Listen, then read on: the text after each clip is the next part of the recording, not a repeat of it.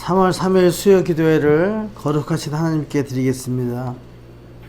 단지파의 정탐. 오늘 우리에게 주신 말씀은 사사기 18장 1절서부터 10절까지 말씀입니다. 제가 봉독해 올리겠습니다.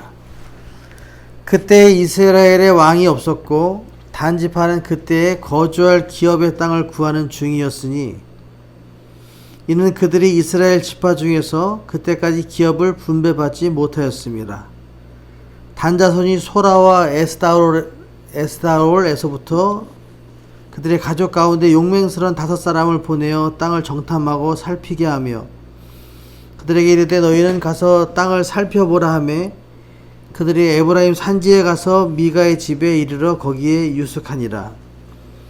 그들이 미가의 집에 있을 때에 그 레위 청년의 음성을 알아듣고 그리로 돌아가서 그에게 이르되 누가 너를 이리로 인도하였으며 내가 여기서 무엇을 하며 여기서 무엇을 얻었느냐 하니 그가 그들에게 이르되 미가가 이러이러하게 나를 대접하고 나를 고용하여 나를 자기의 제사장으로 삼았느니라 하니라. 그들이 그에게 이르되 청하건대 우리를 위하여 하나님께 물어보아서 우리가 가는 길이 형통할는지 우리에게 알게 하라 하니 그 제사장이 그들에게 이르되 평안히 가라 너희가 가는 길은 여호와 앞에 있느니라 하니라. 이에 5사람이 떠나 라이스에 이르러 거기 있는 백성을 본즉 염려 없이 거주하며 시돈 사람들이 사는 것처럼 평온하며 안전하니 그 땅에는 부족한 것이 없으며 부를 누리며 시돈 사람들과 거리가 멀고 어떤 사람과도 상종하지 아니함이라. 그들이 오라와 에스다올에 돌아가서 그들의 형제들에게 이르매 형제들이 그들에게 묻되 너희가 보기에 어떠하더냐 하니 이르되 일어나 그들을 치러 올라가자. 우리가 그 땅을 본즉 매우 좋더라. 너희는 가만히 있느냐? 나아가서 그 땅 얻기를 게을리하지 말라. 너희가 가면 평화로운 백성을 만날 것이요 그 땅은 넓고 그곳에는 세상에 있는 것이 하나도 부족함이 없느니라. 하나님이 그 땅을 너희 손에 넘겨주셨느니라 하는지라. 아멘. 앞서 우리는 미가의 한 가정을 중심으로 우상 숭배가 어떻게 이루어지는지에 대해서 저번 주에 살펴보았습니다. 그런데 오늘 말씀은 좀 더 확대되어 지파가 어떻게 타락하고 있는가에 대해서 보여줍니다. 오늘 1절 말씀에 그때 이스라엘의 왕이 없었고 단지파는 그때 거주할 기업의 땅을 구하는 중이었다라고 기록하면서 그들이 이스라엘 지파 중에서 그때까지 기업을 분배받지 못하였다라고 기록하고 있습니다. 이스라엘의 타락한 상황 속에 성경의 기자는 단지파에게 집중하고 있습니다. 사사기 1장 33절에 아모리 족속이 단 자손을 산지로 몰아넣고 골짜기에 내려오기를 용납하지 아니하였으며 라고 기록합니다. 원래 단지파가 다 분배를 받았습니다. 그런데 아모리 족속이 이 단지파를 쫓아서 산으로 올려보내고 나서 이 아모리 족속은 가나안에 남아있는 원주민들을 이야기합니다. 이 아모리 족속이 단지파를 산지로 쫓아 올려보냅니다. 단지파는 자신들의 영토가 협소해지자 그들의 영토를 넓힐 필요성을 느끼게 되면서 어떻게 하면 우리가 좀 넓은 곳에서 살 수 있을까라는 상황이 1절에 대해서 얘기합니다. 그때까지 기업을 분배받지 못하였습니다 라고 기록하고 있습니다. 사실 가나안을 정복하고 난 단지파의 몫으로 분배받은 땅이 있었습니다. 이 받기는 받았는데 분배를 받았는데 그 땅을 지키지 못하고 오히려 좁은 산지로 쫓겨가는 신세가 되고 말았습니다. 그래서 그들은 새로운 땅을 찾지 않으면 안 되는 그런 상황입니다. 이런 상황 속에서 단지파는 가장 용감한 5사람을 선발하여 땅을 정탐하여 보고하라고 얘기합니다. 사실 단지파는 유다 지파 다음으로 지파 수가 큰 지파입니다. 그 중에서 선발된 사람이라고 얘기하면 훈련되고 용감한 사람입니다. 작은 인원에서 5명을 선출한 거랑 많은 인원에서 5명을 선출한 거랑 어떻게 보면 많은 인원에서 5명을 선출한 사람들이, 선발된 사람들이 좀 더 훌륭하다고 볼 수 있습니다. 좀 더 맡긴 일에 잘할 수 있다고 볼 수 있습니다. 그렇게 선발된 5명의 정탐꾼들은 그 땅을 찾아 나섭니다. 2절에 보니까 단 자손이 소라와 에스다올부터 그들의 가족 가운데 용맹스러운 5명을 보내어 땅을 정탐하고라고 얘기합니다. 이 땅은 막연한 땅이 아닙니다. 원어에 보면 이 앞에 정관사가 붙어 있습니다. 이것은 지시한 땅, 그 땅, 확실한 땅, 그렇게 의미를 할 수 있습니다. 그냥 보편적인 땅이 아니라 그 땅이라고 의미를 그 땅이라는 의미를 가지고 있습니다. 그렇기 때문에 정탐꾼들은 에브라임 산지를 거쳐 그 땅으로 나아갑니다. 이렇게 정확하게 그 땅이라고 얘기한 것은 창세기 12장 1절에 나오는 아브라함에게 너는 너의 고향 친척과 아비집을 떠나 내가 내게 보여줄 땅으로 가라 라고 얘기하는 보여줄 땅이랑은 거리가 멉니다. 보여줄 땅은 확실하게 지시하는 것도 아니고 그저 내가 보여주겠다 라고 하는 그 보편적인 땅을 얘기합니다. 거기 가서 그렇게 확실한 땅도 아닌데도 불구하고 아브라함은 믿음으로 떠나게 됩니다.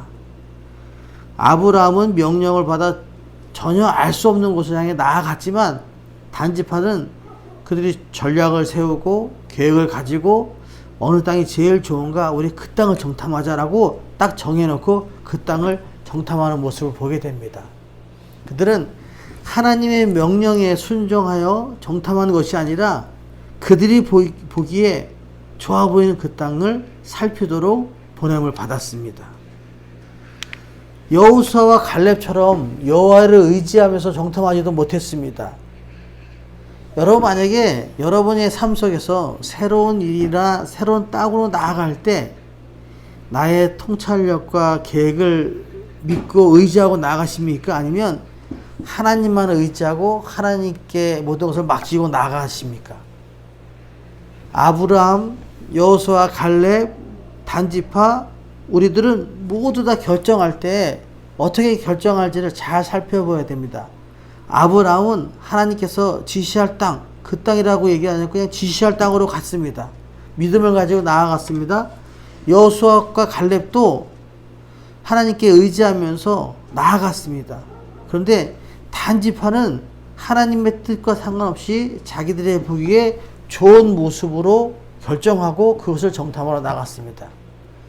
우리의 삶에 결정하는 부분들이 있을 때 잘 살펴보면 우리도 아브라함 같이 믿음으로 나아갔느냐, 여호수아 갈렙처럼 하나님을 의지해서 나아갔느냐, 단지파처럼 하나님의 뜻은 무시하고 내 뜻대로만 나아갔느냐라는 것을 돌아보아야 됩니다. 그래서 우리들은 하나님을 의지하면 하나님의 뜻에 맡기고 살아가면 승리할 수 있음을 분명히 알 수 있습니다. 이런 정탐꾼들은 분명한 사명을 받고 그 사명을 감당하기 위해서 나아갑니다. 정탐꾼은 미가의 집에서 레위 청년의 음성을 듣습니다. 뭐 이런 얘기를 하더라고요. 전라도 사람들은 서울에 올라가서 전라도 사투리를 금방 잊고 서울 말로 돌아가지만 경상도 분들은 10년이 지나고 20년이 지나도 그 억양이 변하지 않는다고 얘기해요. 그래서 서울에 가서 만나도 저분이 경상도 분이라는 것을 알 수 있다는 거예요. 오늘 여기서도 정탐꾼들이 미가의 집에서 레위 처녀를 만나는데 그 음성, 그 억양, 사투리를 듣고 이 사람이 유대 사람이구나 라는 것을 알 수 있게 되었다는 얘기입니다. 유대 사람으로서 단지파를 또 돌아다녔던 사람이었다는 사실을 알게 된 것입니다. 정탐꾼들은 목소리를 알아듣고 미가의 집에 들어갑니다. 3절에 그들이 미가의 집에 있을 때 그 레위 청년의 음성을 알아듣고 그리로 돌아가서 그에게 이르되 누가 너를 이리로 인도하였느냐라고 묻습니다. 그리고 내가 여기서 무엇을 하느냐, 여기서 네가 무엇을 얻었느냐라고 묻습니다. 그리고 나서 그 사람은 자초지종 이렇게 했다고 얘기를 합니다. 그에게 이르되 청컨대 우리를 위하여 하나님께 물어보아서 우리가 가는 길이 형통하는지 우리에게 알게 하라라고 묻습니다. 유다에서 온 레위인이니까 하나님의 일을 맡아하는 사람이니까 우리가 한번 물어보자 라고, 우리가 가는 길이, 우리가 정탐하러 가는 길이 형통한 것인지 알아보자 라고 말합니다.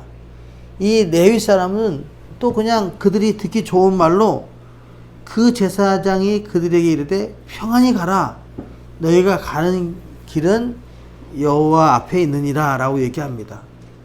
정탐꾼들은 그 말을 하나님의 뜻으로 받아들이게 됩니다. 여기서 문제는 정탐꾼들은 엘로힘, 하나님의 말씀을 대답했습니다. 그런데 이 레위 사람은 단지 여호와의 이름으로 말했다는 것입니다. 이 얘기는 레위 사람들이 그냥 아무 영혼 없이, 영혼 일도 없이 잘 될 거예요, 걱정하지 말고 가세요, 이렇게 얘기하는 것을 하나님의 뜻으로 받아들였다는 겁니다. 우리도 하나님 없이 예배 드리면서 하나님의 뜻을 받은 것으로 착각할 때가 있습니다. 자기가 다 결정하고 자기들이 보기에 좋은 곳을 딱 정해놓고 정탐하면서도 이것이 하나님의 뜻입니까? 라고 물으면 하나님을 기만하는 거죠. 하나님을 속이는 것입니다. 이 정탐꾼들이 보고를 하고 나서 보고서를 제출합니다. 레위 사람의 말을 듣고 이 5명은 라이스에 도착하여 그것을 바라봅니다. 그들이 본 땅은 백성들이 염려 없이 거주하고 먹을 것이 걱정 없다는 거예요. 평온하고 싸우지도 않고 평온하고 완전한 땅이었습니다. 그리고 시돈 사람들은 그것에 관심도 별로 없습니다. 그 옆에 사람들이 시돈 사람들인데 그 땅에 관심도 없고, 또 라기스는, 그 주인 라기스는 다른 나라와도 관계를 맺지 않아요. 그냥 자기들끼리 그렇게 행복하게 살아가는 거예요.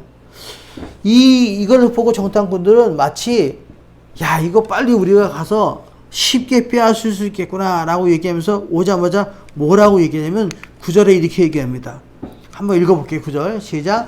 이르되 일어나 그들을 치러 올라가자. 우리가 그 땅을 본즉 매우 좋더라. 너희는 가만히 있느냐? 나아가서 그 땅 얻기를 게을리하지 말라. 너희가 가면 평일한 백성을 만날 것이요 그 땅은 넓고 그곳에는 세상에 있는 것이 하나도 부족함이 없느니라. 하나님이 그 땅을 너희 손에 넘겨주셨느니라 하는지라. 마치 무슨 선동하는 것 같지 않습니까? 그 땅을 치러 올라가자! 라고 얘기하면서 선동하는 것 같습니다.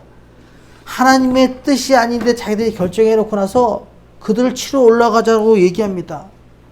거기에는 매우 좋다. 그 땅을 얻기에 게을리지 말라. 세상에 있는 것이 하나도 부족함이 없다라고 얘기하면서 굉장히 많은 얘기들 합니다. 이러한 표현 속에는 여호수아와 갈렙처럼 하나님께서 함께 하신다는 고백보다는 너무너무 땅이 좋기 때문에 이게 대부분이라는 거예요. 그 지역을 통제하는 사람도 없고 가서 빼앗는 자도 없으니까 우리가 가서 빨리 차지할 수 있다라고 얘기하는 것입니다. 마치 선동하듯이. 이러한 일련의 과정에서 정탐꾼들이 범한 오류는 자신들의 입맛대로 계획을 세우고 그 전략을 이룰 공식을 만들어 놓고 마지막으로 자신의 승리를 하나님께서 보장해 주실 것이라고 장담하는 이런 오류를 범하게 됩니다. 이는 하나님께서 주신 기업을 쉽게 포기하고 눈에 보이는 좋은 땅을 차지하기 위해서 비신앙적인 모습으로 나아가는 모습입니다. 우리도 마찬가지입니다. 우리의 삶 속에서 하나님의 뜻을 묻고 하나님의 뜻대로 살아갈 때 얼마나 많은 고통이 따라오는지 알 수 없습니다. 그렇게 살아가야 되는데 그렇지 않고 내가 보기에 좋은 대로 내 입맛대로 계획해 놓고 내가 이루어질 전략을 다 세워놓고 공식을 만들어 놓고 하나님 내가 이렇게 계획을 세웠으니까 하나님이 이것에 대해서 보장해 주십시오 라고 얘기하고 기도한다면 이것은 참된 기도가 아니고 이것은 참된 기독교의 삶이 아니라고 성경은 우리에게 말씀하고 계십니다. 하나님의 뜻을 묻고 하나님의 말씀을 순종하면서 거기에 오는 고통까지 감수하는 그런 사순절 기간이 되시기를 예수님의 이름으로 축원합니다. 아멘. 적용입니다. 하나님께서 내게 주신 기업을 너무 가치 없게 여기거나 가볍게 여기면서 살고 있지는 않습니까? 우리에게 주신 기업은 너무나도 귀한 것입니다. 나에게 주신 사역, 우리에게 맡겨진 사역을 위해서 최선을 다해야 됩니다.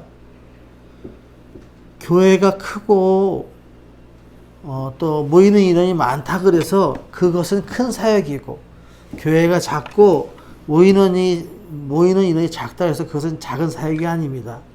어느 곳에나 내가 있고 나에게 주신 사명은 정말로 최선을 다해서 감당해야 될 내게 준 기업이라고 생각하면서 우리가 맡은 자리에서 최선을 다하는 우리 모두가 되었으면 좋겠습니다. 두 번째, 진실하지 않은 예배를 통해 주시는 말씀을 하나님의 뜻으로 착각하며 살지는 않습니까? 진실하지 않은 예배는 없습니다. 그러나 예배를 통해서 하나님의 말씀을 깨닫고 그 말씀에 순종하면서 그 고통이 있더라도 살아가야 될 텐데, 우리는 하나님의 말씀에 순종한다고 얘기하면서 고통이 없는 편안하고 아름다운 길만을 걷게 해달라고 얘기하는 것, 이것이 진실되지 않은 예배, 하나님의 예배를 통해서 내가 받아들이지 않는 예배라는 뜻입니다. 그러니까 예배를 드리는 것이 중요한 것이 아니라 예배를 드리고 난 다음에 나의 삶이 중요하다는 거예요. 하나님께서 나에게 주신 그 말씀을 받고 아무리 고통스러워도 그 말씀에 순종하면서 살아가는 모습이 진짜 우리들의 모습이 되어야 된다라고 성경은 우리에게 말씀하고 계십니다. 인간적인 생각과 계획을 통한 성공 신화를 하나님의 은혜로 포장하고 있지 않습니까? 우리가 다 계획하고 하나님께서 이렇게 해주실 줄을 믿고 이것이 하나님의 은혜입니다 라고 얘기하면서 이렇게 되길 소망합니다 라고 얘기하면 하나님의 뜻을 따른 삶이 아니고, 나의 뜻을 내려놓고 예수님도 그렇게 말씀하신 것처럼 이 잔을 내가 피할 수 있으면 피하기를 원합니다. 그러나 나의 뜻대로 마옵시고 하나님의 뜻대로 하옵소서라고 하나님의 뜻에 나의 생각과 나의 행동과 나의 실천을 맡기는 것이 온전한 기독교인의 삶이라고 우리는 생각하면서 그렇게 살아야 됩니다. 하나님의 은혜로 하나님 주신 말씀을 잘 순종해서 아무리 힘든 일이라도 주님의 말씀을 순종하는 모습으로 사순절기를 살아간다면 예수님의 십자가의 고난에 동참하는 삶이 아닐까 생각됩니다. 오늘도 예수님의 고난에 동참해서 승리하는 저와 여러분의 삶이 되시기를 예수님의 이름으로 축원합니다. 기도하겠습니다. 사랑과 은혜 하나님 감사합니다. 오늘 단지파의 정탐을 통해 깨닫습니다. 하나님께서 주신 기업을 잘 지키지 못하고 쫓겨나 산지에 살다가 단지파가 보기에 좋은 땅을 보고 그 땅을 정탐하기 위해서 정탐꾼을 보내고 그 정탐꾼의 보고를 보면서 우리는 우리의 모습이 아닌가 우리를 돌아보게 됩니다. 나에게 맡겨진 사명을 잘 감당하며 그 기업을 유지하고 그 기업을 통해 하나님께 영광 돌려야 함을 깨닫습니다. 나에게 주어진 사명을 잘 감당해 하나님께 영광 돌리는 경안비전교회 모든 성도들 되게 주님 인도해 주옵소서. 감사드리며 예수님의 이름으로 기도드립니다. 아멘. 주님 가르친 기도로 예배를 마칩니다. 하늘에 계신 우리 아버지의 이름을 거룩하게 하시며 아버지의 나라가 오게 하시며 아버지의 뜻이 하늘에서와 같이 땅에서도 이루어지게 하소서. 오늘 우리에게 일용할 양식을 주시고 우리에게 잘못한 사람을 용서해 주는 것 같이 우리 죄를 용서해 주시고 우리를 시험에 빠지지 않게 하시고 악에서 구하소서. 나라와 권능과 영광이 영원히 아버지의 것입니다. 아멘.